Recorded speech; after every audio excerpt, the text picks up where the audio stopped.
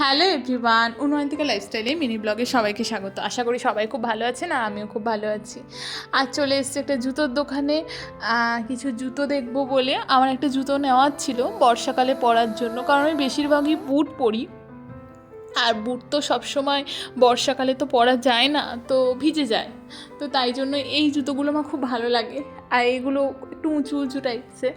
তো আরও বর্ষাকালে অনেক রকম জুতো বেরিয়েছে, তো আমি অনেক জুতো ট্রাই করছিলাম। আর আমি কোথাও একটা জিনিস কিনতে গেলে 100 বার ট্রাই করি, আর সব জিনিস ঘেটে ঘেটে দেখি।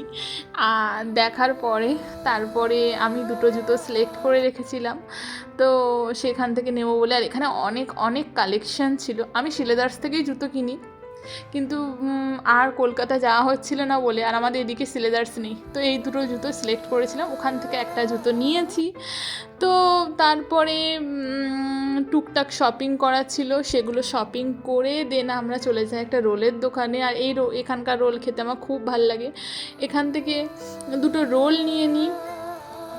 নিয়ে তারপরে মিওমোর থেকে একটা চিকেন প্যাটিসও নিয়ে বাড়ি চলে যাই। আর বাবা মা আমি তিনজনে গেছিলাম, আমার জন্য চিকেন প্যাটিস আর বাবা মার জন্য রোল। তবে আমি ওদের থেকেও রোল একটু একটু করে খেয়েছি, আর চিকেন প্যাটিসটা আমি একাই খেয়েছি। আর বাড়ি ফেরার পথে স্পন্দনের সাথে দেখা হয়ে যায়।